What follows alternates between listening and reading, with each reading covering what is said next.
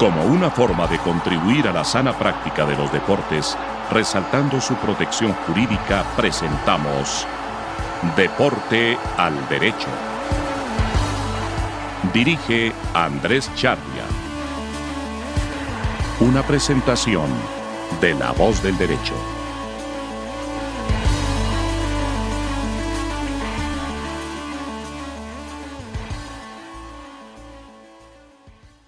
Buenos días, buenas tardes, buenas noches, desde donde y cómo nos oigan o vean. Estamos en Deporte al Derecho, un programa de La Voz del Derecho, una página web de derecho.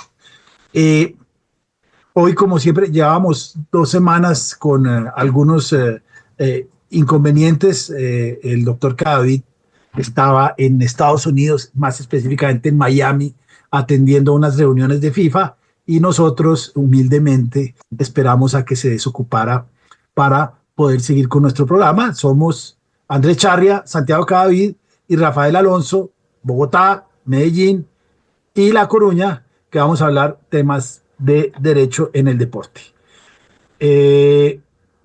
Buenos días. Hola a todos, ¿qué tal? Pues buenos días, un gusto saludarlos. Gusto estar nuevamente con ustedes, compañeros. Muchas gracias, Santiago, por acompañarnos, un tipo tan ocupado y tan exitoso en temas de derecho deportivo. Nos honra con su presencia, nos hace muy feliz. Vamos a hablar hoy de dopaje, pero quería, y ya lo hablé hace unos 5 minutos con mis colegas, en FIFA están pasando muchísimas cosas, desde el fallo de Arra, las demandas de los alemanes, creo, al Tribunal Federal Suizo, un juzgado laboral, un juzgado alemán que seguramente irá al Tribunal Federal Suizo, no, al Tribunal de Justicia Europeo, y cosas de esas. Y realmente hay una cantidad de incertidumbre en temas jurídicos que me parece que es bueno comentarlos, pero como venimos hablando de dopaje y estamos terminando, digamos que la serie de capítulos, aunque repito, ya un poco más serios, un poco interrumpidas por problemas de cada uno. No es tan fácil finalmente ponernos de acuerdo y a veces no se logra, pero bueno, ahí estamos. Entonces vamos a hablar un poco de la defensa clásica. A mí hay una que me gusta más, que funciona mejor, pero que casi nunca funciona, y son temas procedimentales. Uno de los grandes problemas que tiene el deportista que se ve enfrentado a un proceso de dopaje es que la defensa es terriblemente difícil. El código tal y cual como está redactado hace francamente imposible la defensa. Yo no sé, Santiago y Rafa, si ya hablamos de la negociación de Sinner, que es que ahí me molesto. ¿Ya habíamos hablado de la negociación de Sinner o no? Me temo que no. En el programa no. Habíamos hablado bueno, entonces, en el último programa habíamos hablado de que era inminente la celebración de la vista, que creo que estaba fijada para abril. Pero sí. Desde que sucedió el acuerdo extrajudicial no lo habíamos tocado en ningún programa, o sea que sí, pues es una buena ocasión para comentarlo. A mí me parece muy interesante hablar del tema porque me parece exótico. Yo llevo 23 años defendiendo deportistas y siempre que entro a un tribunal arbitral me siento el ser más infeliz del mundo, porque no veo cómo defender a una persona que muchas veces ni sabe qué es lo que pasa. Entonces, uno se encuentra con que dice, oiga, es que esa sustancia ni la conocemos, está en su organismo y hay responsabilidad objetiva. No, es que eso no mejora el rendimiento. No, está en su organismo y hay responsabilidad objetiva. Es que fue involuntario, está en su organismo. Entonces, Andrea Raducán, es que me lo dio el médico porque tenía gripa, no me importa. Entonces, la defensa de un deportista es francamente difícil.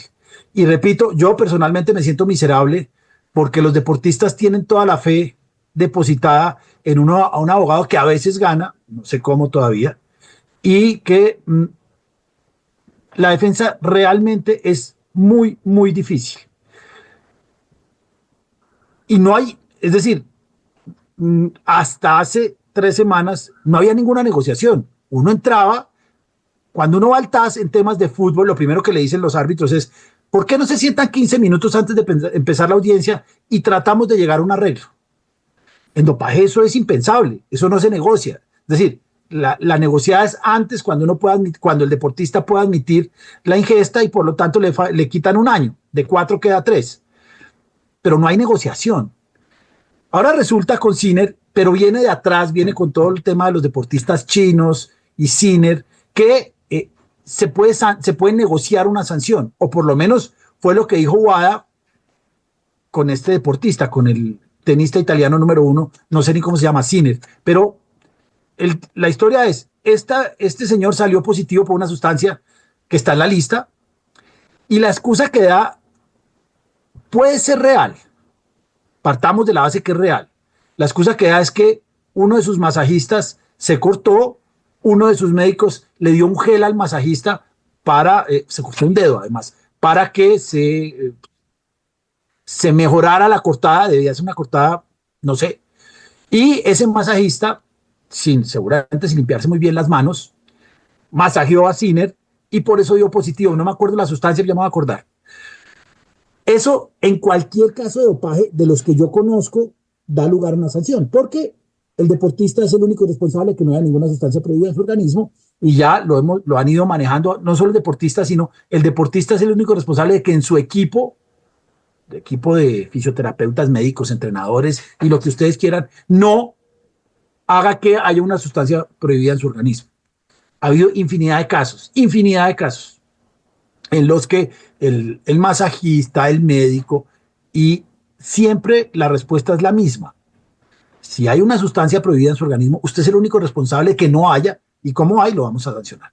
Ahora resulta que a Sinner, WADA, que es lo que más yo sé que creo que estoy indignado, y le agradezco el silencio a mis colegas, WADA sale a decir dos cosas que me parecen increíbles. Una es que fue involuntaria la ingesta, no porque no hubo ingesta, pero como entró al organismo fue absolutamente involuntario y no mejoraba el rendimiento. Y yo digo, pero eso ya lo superamos hace 20 años. La ingesta involuntaria y que no mejora el rendimiento nos sirven como defensa en un proceso de dopaje. Eso no existe. Hay que buscar otros y ya los vamos a hablar, o hay que hacer otros argumentos. Pero ya lo habían dicho con los chinos, es que había una sustancia que parece que estuvo, unos nadadores chinos, que parece que estuvo en unas hamburguesas, si no estoy mal, pero que no hubo intención de doparse y que además no mejoraba el rendimiento. Entonces ahí es cuando digo yo, son 20 años de defensa del dopaje botadas a la basura, porque ese ya uno ni siquiera lo saca a la audiencia porque eso no sirve. Ahora resulta que sí sirvió, pero lo que más me llama la atención es que hubo un acuerdo entre WADA y el deportista para sancionarlo 3 meses. Y ahí sí yo me declaro absolutamente ignorante de lo que está pasando. Es decir, yo llevo muchísimos casos de dopaje, pero muchísimos. Algunos los he ganado con unas estrategias básicamente procedimentales, 1 o 2 con temas ya más de fondo, pero nunca me han sancionado con 3 meses. La mínima son 2 años. 1, si hay algo de paradero, pero 2 años es la mínima. Y además la sanción, curiosamente, no toca los torneos grandes, no toca el Grand Slam de Francia, el Roland Garros, y por lo tanto el deportista lo que está haciendo unas vacaciones deliciosas preparando el Abierto de Francia y cumpliendo una sanción que sí le quitarán un dinero y unos puntos en ATP, pero la realidad es que el tema del dopaje en el tenis es francamente, voy a decir una palabra bondadosa, es francamente extraño. Yo no conozco ningún otro deportista y ya le doy la palabra a mis compañeros porque es que estoy indignado porque sí me han tocado muchos dopajes y ahorita estoy en uno que voy a plantear eso, negociemos, porque ya tengo otro, ya UADA me está solicitando una negociación y no sé, no entiendo, pero bueno. Entonces, el estado de la cuestión hoy, por lo menos con un deportista, claro, es un deportista que es número 1 en tenis y que debe tener muy buenos abogados, pero yo estuve con un número 1 de tenis y no fue así de fácil y nunca me ofrecieron negociar, que fue Robert Farah por Boldenona. Entonces, yo quisiera oír los colegas porque para mí es aberrante.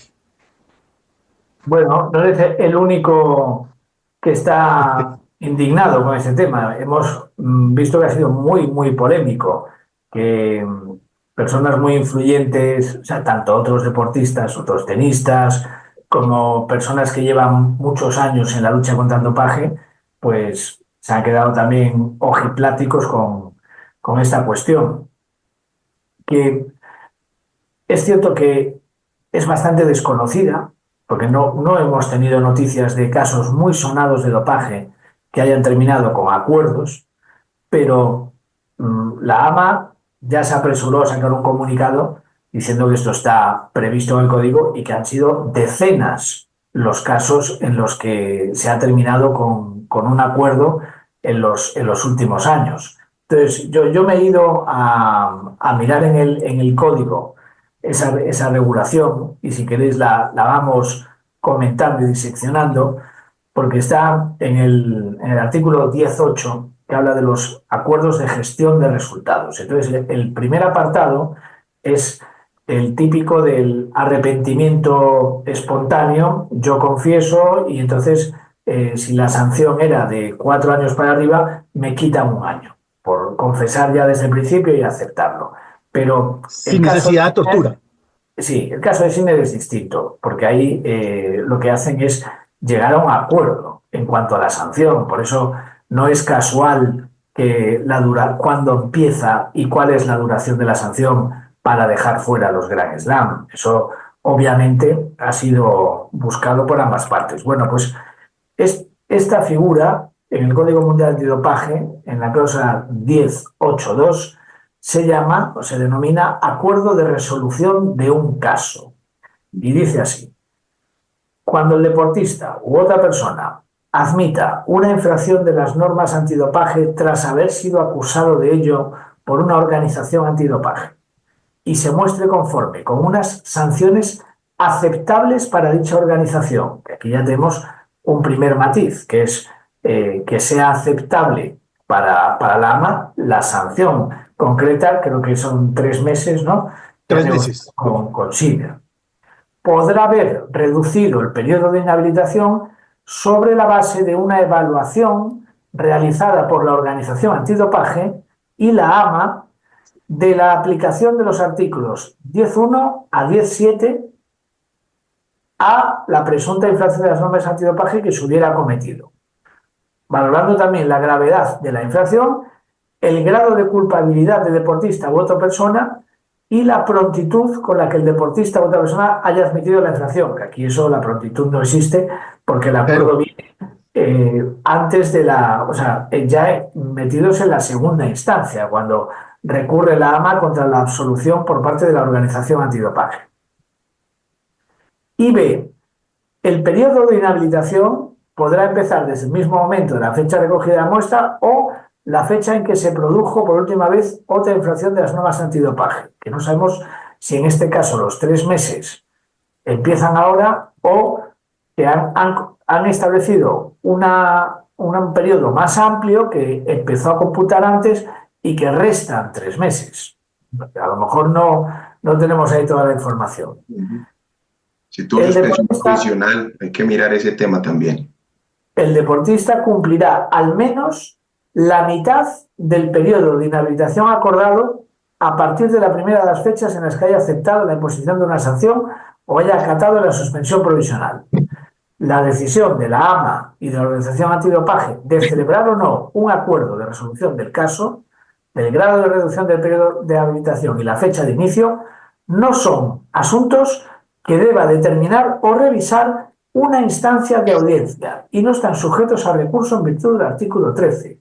Ojo ahí, que si ahora alguien considera que AMA se ha saltado las normas, pues por ejemplo, porque no se ha respetado que tenga que cumplir al menos la mitad de la sanción propuesta para esta infracción, ojo que el código ya dice que estos acuerdos no son susceptibles de recurso. Obviamente tampoco un deportista que quiera plantearle a la AMA quiero el mismo trato que ha tenido Sinner, aunque le digan que no va a poder recurrir alegando discriminación, porque el código excluye la posibilidad de recurso, tanto para la decisión o no de celebrar un acuerdo como para las circunstancias valoradas. Sí, ahí con eso hay dos temas. Lo primero es que claramente es inevitable pensar que la personalidad en cuestión, un tenista de gran relevancia, incida para estos acuerdos que terminan siendo muy benévolos y ratifica de pronto de que el dopaje también en cierta medida es algo selectivo, dependiendo de quién se trate. Uno quisiera de pronto, apelando a cierta ingenuidad, creer que es una puerta que se abre de pronto para una flexibilización de criterios tan duros y tan crueles como pasa en el dopaje. No creería, por eso digo, apelando a la ingenuidad. Pero digamos que un acuerdo puede ser una herramienta útil, pero dependiendo de las circunstancias. Yo el año pasado finalicé un caso precisamente con un acuerdo, un tema que se trabajó con la ITA, International Testing Agency, que es una entidad que, por así decirlo, terceriza o presta funciones de ser la organización antidopaje en cuestión. Este era un caso ante la Federación Internacional de Gimnasia y todo el proceso antidopaje era llevado a cabo por la ITA. Tenían ese acuerdo con esta entidad y digamos que sí, en primera instancia. Sí, claro. Sí, ellos no son el juez, sino el que lleva a cabo las muestras, bueno, todo ese tipo de cosas, y quien formula cargos posteriormente. Ya todo eso ellos lo tienen allá en la Federación de Gimnasia, concretamente a la división antidopaje del TAS como primera, o que puede ser inclusive única instancia si se escogen 3 árbitros.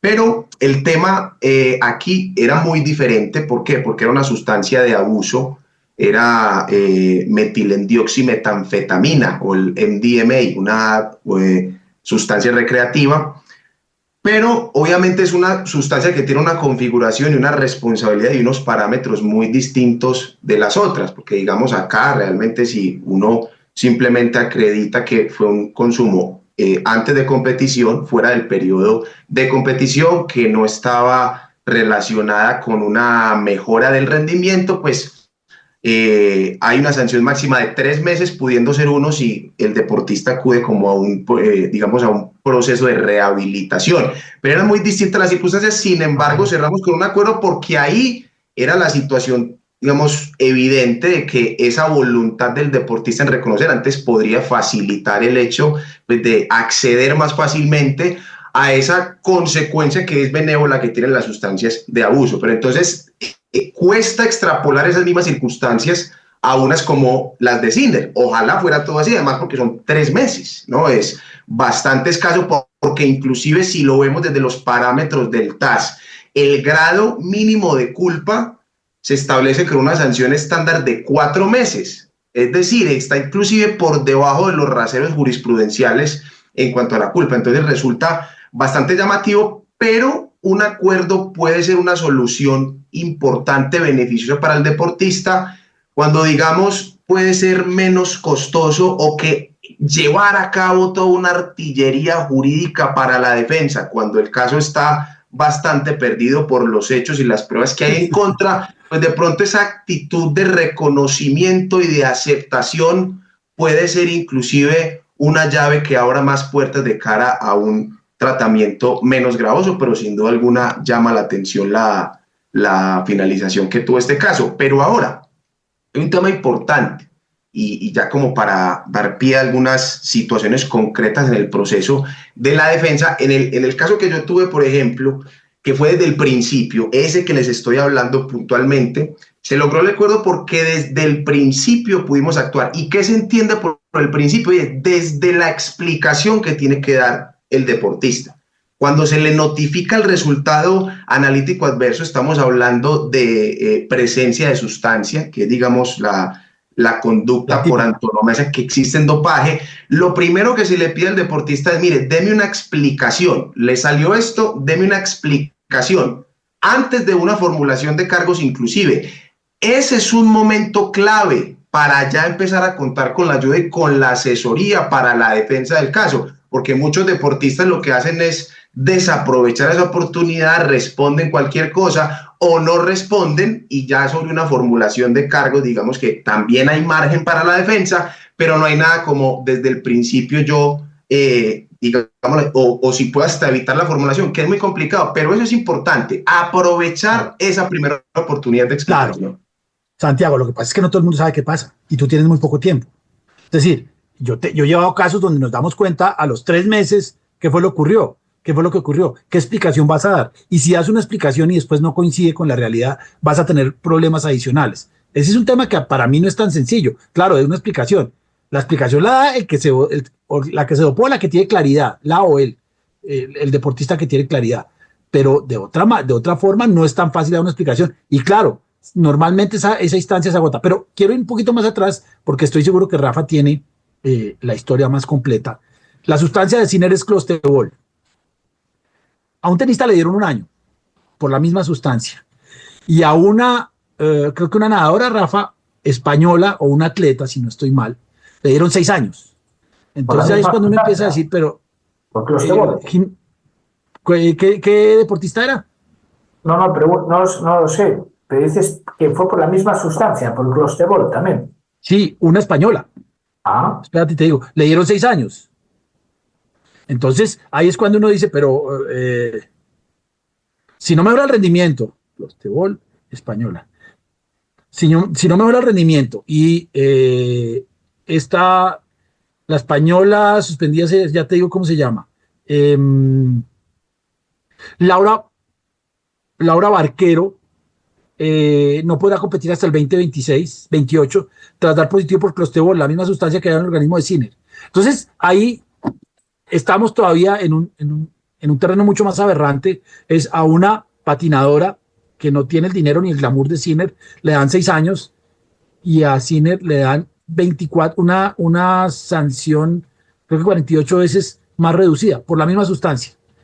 Entonces, ahí, y ya para terminar el tema Sinner y clostebol, me parece que hubo un manejo no muy adecuado. Lo que pasa es que en el caso de Jannik Sinner, la AMA acepta lo que ya estableció la Organización Antidopaje, que en este caso es una agencia internacional de integridad en el tenis, que son 2 cuestiones. Primera, que la entrada en el organismo pudo ser involuntaria y negligente, y segundo, que no le reportó ningún beneficio en términos de rendimiento. Entonces, a partir de ahí, con esa aplicación de esas circunstancias, es cuando dice, aceptando esto, lo que no estamos de acuerdo es en que sea una absolución.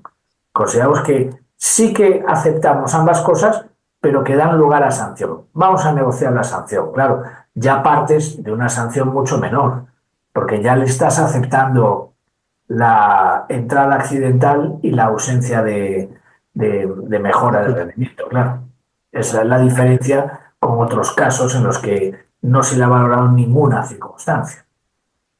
Bueno, muy bien. Ahora sí, empecemos a hablar un poco de la defensa. Cuando uno le llega a un deportista con un resultado analítico adverso, a mí me gusta más la segunda que la primera. La primera es mucho más técnica y Santiago la maneja muy bien. Yo normalmente primero miro temas procedimentales. Y hay 2 temas que para mí son fundamentales y que me han servido mucho. Uno es todo tema de cadena de custodia, conservación de la muestra, y el más importante, con el cual creó jurisprudencia hace ya unos 12 años, que es apertura irregular de muestra B. Yo, y he cambiado de opinión, no tengo ningún problema en decir estaba equivocado hace 2 días o hace 5 minutos, y sí lo entiendo, pero inicialmente cuando los deportistas venían y decían, abramos muestra B, porque yo estoy seguro que la muestra B va a dar negativo y la muestra va a dar positivo y entonces se va a caer. Eso es imposible. Es decir, cuando hay una misma muestra de orina entregada en el mismo momento, en el mismo sitio y analizada por el mismo laboratorio, es prácticamente imposible, porque son laboratorios buenos, que la muestra B salga distinta a la muestra A. Hay algunos pequeños variaciones en concentración y en concentración y algo de eso, pero son mínimos, y en densidad, pero y cuesta. Entonces lo que yo le decía a los deportistas es, ¿valdrá la pena? Y el deportista siempre decía, es que como yo no me dopé, estoy seguro que la muestra B va a salir distinta a la muestra A y el proceso va a caer. Eso no ocurre. La realidad, yo conocí un caso en Colombia, pero fue porque cambiaron el método de abrir el frasco, que se rompió el frasco abriendo muestra B, pero eso es un milagro jurídico. Lo que sí puede pasar, y pasa, es que abran mal la muestra B. Y abran mal no es que abran mal físicamente la muestra B, sino que en la apertura de la muestra B hay un derecho fundamental del deportista, que yo no entiendo mucho, pero lo utilizo, es que el deportista tiene derecho, bueno, cuando uno solicita apertura de muestra B, el laboratorio tiene que dar 3 fechas con 3 horarios para que el deportista, ahí sí se puede negociar, para que el deportista vaya. Si no puede ir a presenciar la apertura de muestra B, que es un procedimiento absolutamente tonto, pero el deportista puede ir. Si no puede ir el deportista puede mandar una persona que mire la apertura de muestra B, y si no hay ninguno de los dos, tiene que haber un observador independiente, que independiente no tiene nada porque es cualquier operario del laboratorio. Si eso no se hace, el procedimiento se cae todo. Absolutamente todo. Entonces, pasó, repito, con Montón, y pasó con uno que se llama, que lo manejé yo, Eric Abril, es que abrieron mal la muestra B. Y al abrir mal la muestra B, a pesar de que en las 2 deportistas había unas sustancias dopantes complicadas, el proceso se cayó porque se vulneró un derecho fundamental del deportista, que es a que se le abra bien la muestra B. Ese es uno. Y hay una puerta abierta, lo que pasa es que cada vez la admiten menos, y es en el caso de Verónica Campbell, que dicen, si hay una responsabilidad objetiva para el deportista, que en inglés se llama strict liability, responsabilidad estricta, lo mínimo que uno esperaría, dicen los árbitros en el caso de Verónica Campbell, es que haya una observancia estricta de los procedimientos. El caso de Verónica Campbell era un tema de recolección, que no pudo entregar la muestra completa de orina, entonces tenía que hacer una recolección parcial de orina, y lo hicieron muy mal. El otro que también ha funcionado en algunos casos, Omar Pinzón, y esto es que la cadena de custodia no se observa.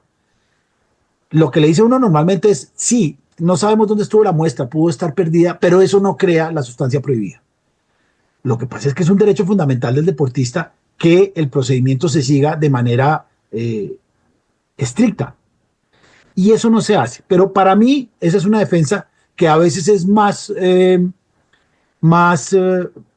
eficiente que empezar a probar de diligencia y esto, porque al final tiene que ser un juicio de valor que hacen personas. Acá simplemente se abrió mal la muestra, la cadena de custodia no se observó, o la muestra no estuvo bien conservada o algo, y a veces, no siempre, se cae.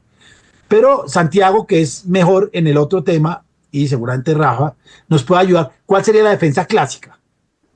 Bueno, a ver, en cuanto al tema clásico, bueno, ahí hay 2 cuestiones, y una que es importante, y digamos ya partiendo de un escenario en el que no hay errores procedimentales. Digamos, a mí en mis últimos 4 casos han sido con laboratorios ubicados en Estados Unidos, en Salt Lake y en la Universidad de Los Ángeles, laboratorios pues con unos estándares bastante precisos, difícilmente, vamos, con unas técnicas perfectas en ese sentido.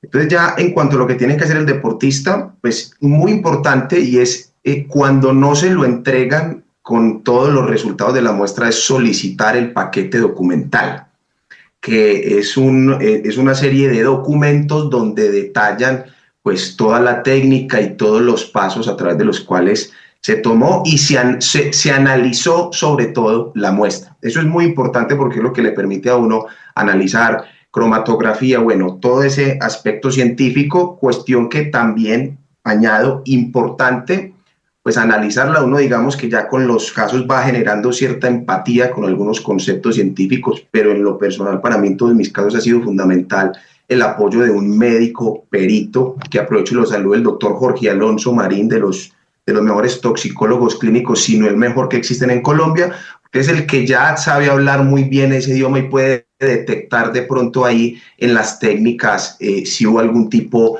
de falencia. Digamos, eso es importante también, acudiendo al tema un poco más formal.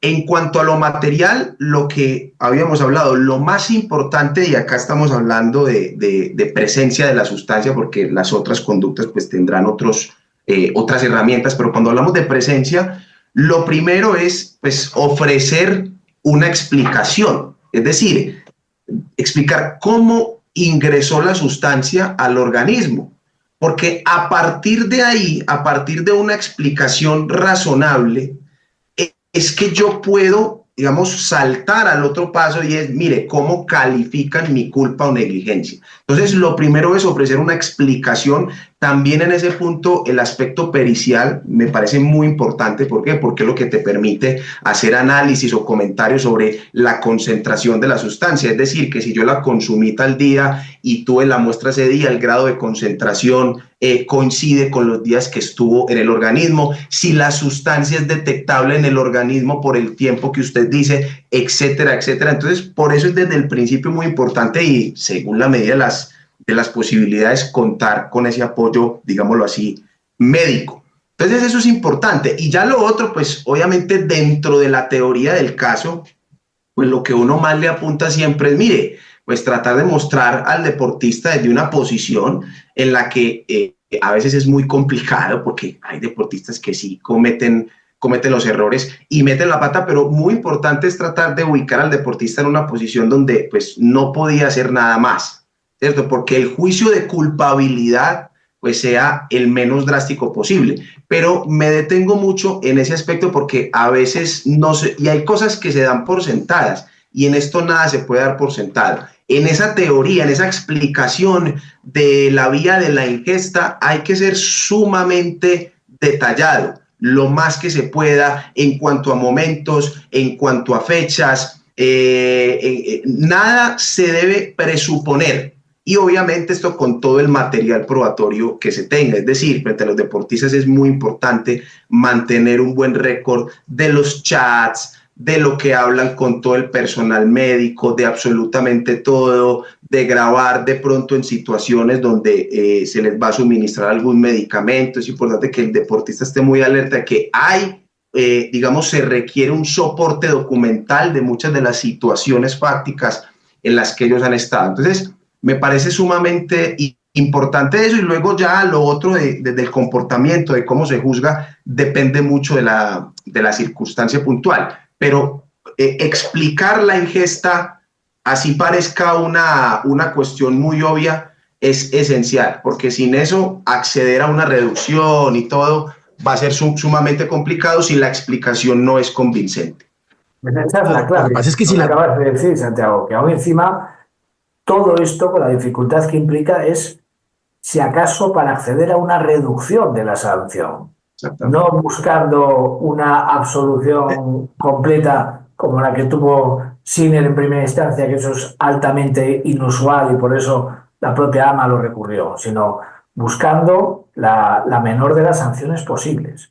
Y una cosa que a mí me llama la atención es que en estos casos, como no puedes probar la certeza absoluta de que eso sucedió en la forma que se está planteando la defensa, al final lo que tienes es que convencer a la organización competente de que en un juicio de probabilidades la hipótesis que tú estás planteando es más probable que haya sucedido que otras hipótesis más perjudiciales para tu cliente, y valorar cuáles son las pruebas que apuntan a unas y otras y por qué tu hipótesis es la más probable y más fiable. La más razonable. Claro, y también por eso es bueno no cerrarse en una sola hipótesis. O sea, si el caso lo permite, es muy importante plantear varias. Digamos que en otro de los casos que yo tuve, que terminó en el 2023 por clomifeno, digamos que planteamos tres: una por un suplemento concreto que inclusive tenía una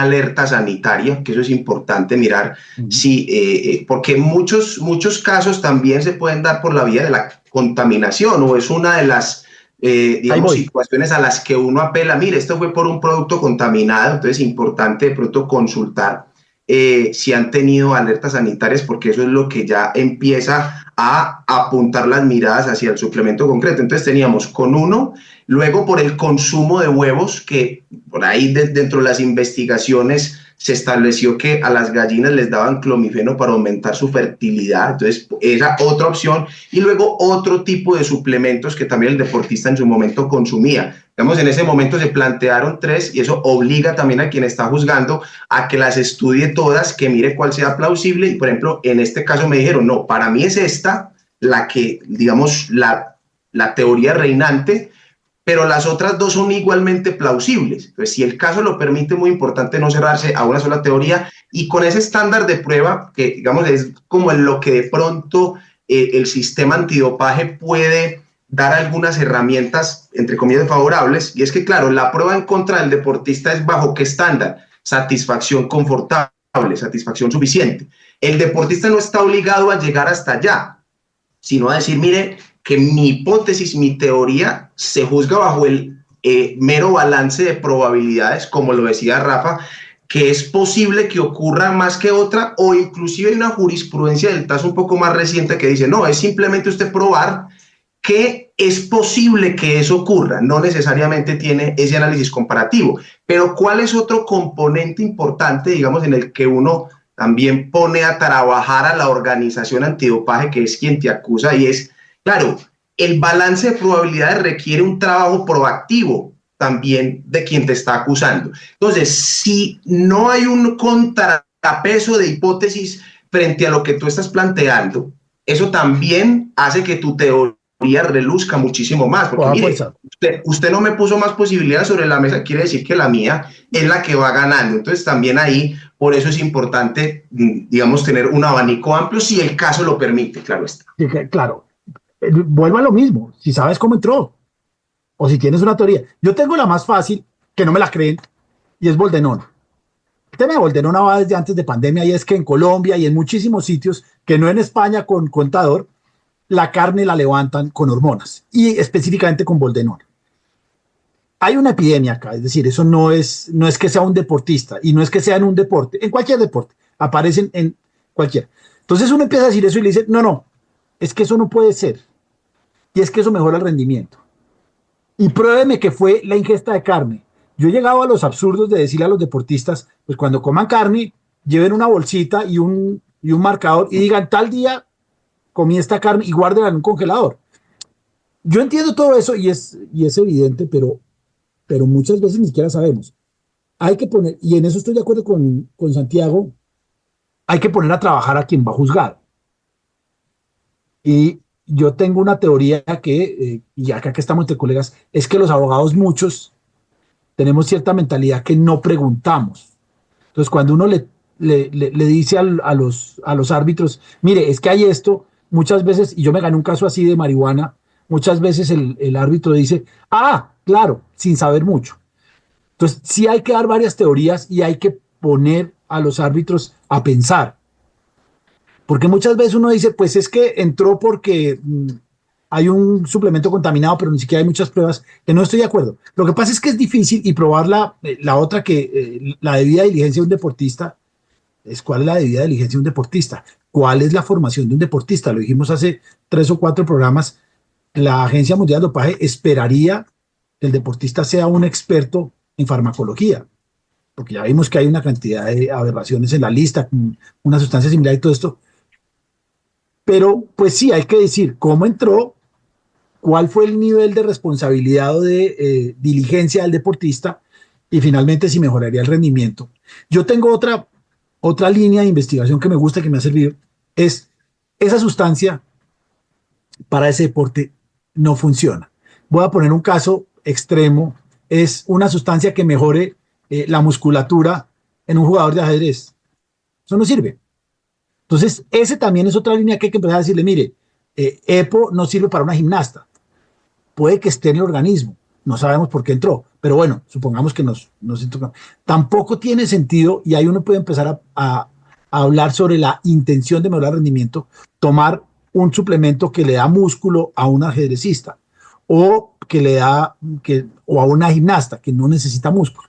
Es importante eso. Lo que pasa es que todo lo que decimos acá, un árbitro tranquilamente le dice, no me parece. No, en el balance de probabilidades, para mí la probabilidad es que se pinchó. Sí, pero es que en Colombia hay carne con Boldenona, es que no, se pinchó. Entonces es difícil. Pero sí, digamos que esas son defensas clásicas. No sé si tengan algo más que indicar al respecto. Sino que ahí también, Andrés, yo creo que depende mucho también del tipo de sustancia, el esquema de la defensa, porque cuando es, por ejemplo, una sustancia no específica, boldenona, como es el caso que usted pone, ahí el deportista se ve mucho más contra las cuerdas. ¿Por qué? Porque se presume su intención. Entonces es lo primero contra lo que usted tiene que luchar. Venga, mostrar que no fue con intención. Ahí ya le pone una tarea bastante dura. ¿Por qué? Porque cuando la sustancia es no específica, a usted la intención se la tienen que probar. Y ya eso es una tarea muy complicada, es para la organización antidopaje que lo está acusando. Entonces, claro, cuando es no específica o específica, los esquemas cambian totalmente. Son totalmente distintos. Totalmente distintos, siendo mucho más complicado el de una sustancia no específica, evidentemente. Ahora, ¿qué le podría uno recomendar al deportista a partir de la experiencia? Hombre, por ejemplo, si son deportes de equipo, hombre, absolutamente nada por su cuenta. Todo y que quede una trazabilidad importante que sea suministrado por el personal médico del equipo, cualquier cosa que le formulen. Y muy importante, así se lo suministre el personal del equipo que puede ser calificado, pero a mí me pasó que en un equipo de fútbol profesional le avalaron un suplemento que se veía bastante sospechoso. Y otra cosa que yo digo, todo consumo, o sea, todo lo que consuman que tenga registro sanitario, porque eso es una cosa que también se valora. Es decir, si usted consume algo que tiene registro sanitario, puede tener, digámoslo así, o puede hacer reposar su confianza en que ese producto no va a tener ingredientes no declarados. Eso es una cosa también importante.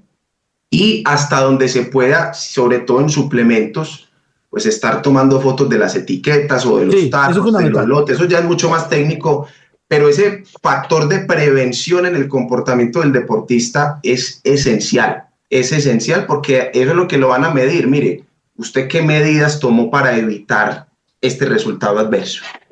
Lo que pasa es que eso no lo dice después del dopaje, pero dígale a un deportista antes, dígale a un deportista hoy, métete a un camerino de un equipo de fútbol. Diga, muchachos, tomen la foto desde el Gatorade en adelante, tómenle una foto. No lo van a hacer. Y ahí yo tuve un caso de un quemador de grasa. Tómele la foto de lo que se está tomando. Es que la compré en una tienda naturista. No importa, tómele foto. Claro, eso todo es adecuado. Normalmente con deportistas muy juiciosos, que yo conozco pocos. Me encantan los deportistas, pero bueno, son como yo no le voy a tomar una foto a lo que me como. Y todo eso, para armar el caso, es muy adecuado. Lo que pasa es que eso también es exótico, encontrar un deportista que le tome fotos a los suplementos. Sí, que sea tan juicioso. Sí. Ese es muy. Ahí yo he tenido temas de boldenona básicamente porque las juiciosas son las mamás. Porque en el caso fue una mamá que le hizo un asado a un deportista y la mamá tenía las tiritas de la factura y tenían fotos y todo eso. Y hubo cierta benevolencia por lo cuidadoso que fue la mamá. El deportista fue a comer carne y estaba feliz. Entonces es difícil. Al final, la prueba yo digo que es una prueba diabólica. Sí, difícil. Muchas veces. Es una prueba diabólica y al final, pues nada, yo creo que sí sacamos muchas cosas en claro. Lo que está claro es que la defensa de un deportista dopado es francamente difícil. Ganar un caso de dopaje, yo precisamente estaba hablando con mi señora que está atrás, yo nunca, y ayer que estaba hablando con una mexicana, nunca he entrado a un caso de dopaje diciendo me lo voy a ganar. Nunca he salido de una audiencia diciendo voy a ganar.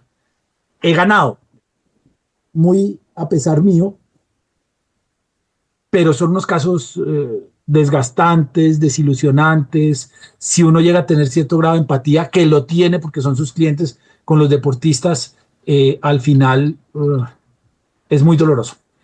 No, y con otra cosa, Andrés, que para mí es absurda, y es que luego de que tú vas y libras todas esas batallas desde la defensa de un caso, y que te digan que un fallo lo puede apelar WADA, por ejemplo, simplemente porque no le gustó, porque no estuvo de acuerdo, que es otra cosa que yo no comprendo cuál es la finalidad de que es presumir desconfianza también. O sea, que una persona que no hizo parte de los procedimientos solo porque no le guste, porque no esté convencido, que te pueda apelar un fallo. Es decir, que uno ni siquiera ganando pueda tener esa tranquilidad inmediata, sino que tenga que esperar a que los otros no te apelen o que FIFA no te apele, a que la Federación Internacional, eso, hombre, la verdad es bastante frustrante. Y hay un caso, ya para terminar, un caso de un deportista que ganó.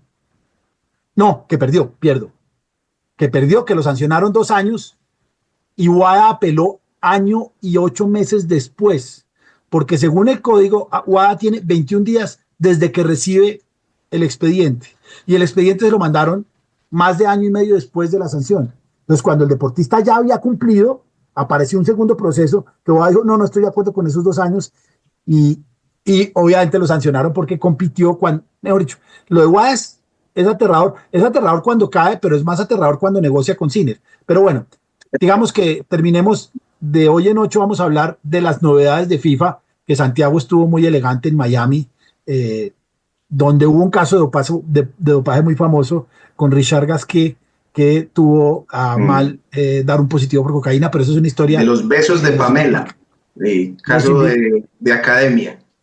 Los invito a que la lean en el Tribunal Vital Deporte, pero hay una cantidad de cosas en FIFA que están ocurriendo con temas de agentes, con temas de transferencias, todo lo que hemos hablado de el fallo de Arra, el nuevo reglamento sobre agentes, y yo no sé si en la Superliga hay algo nuevo, pero nos están cambiando las reglas casi cada 15 días. ¿De hoy en 8 hablamos de eso? Sí, muy señor. Bien. Tenemos ahí novedades. Claro que ¿listo? Sí. Muchas gracias. Un abrazo para todos, mucho gusto. Muchas gracias. Igualmente.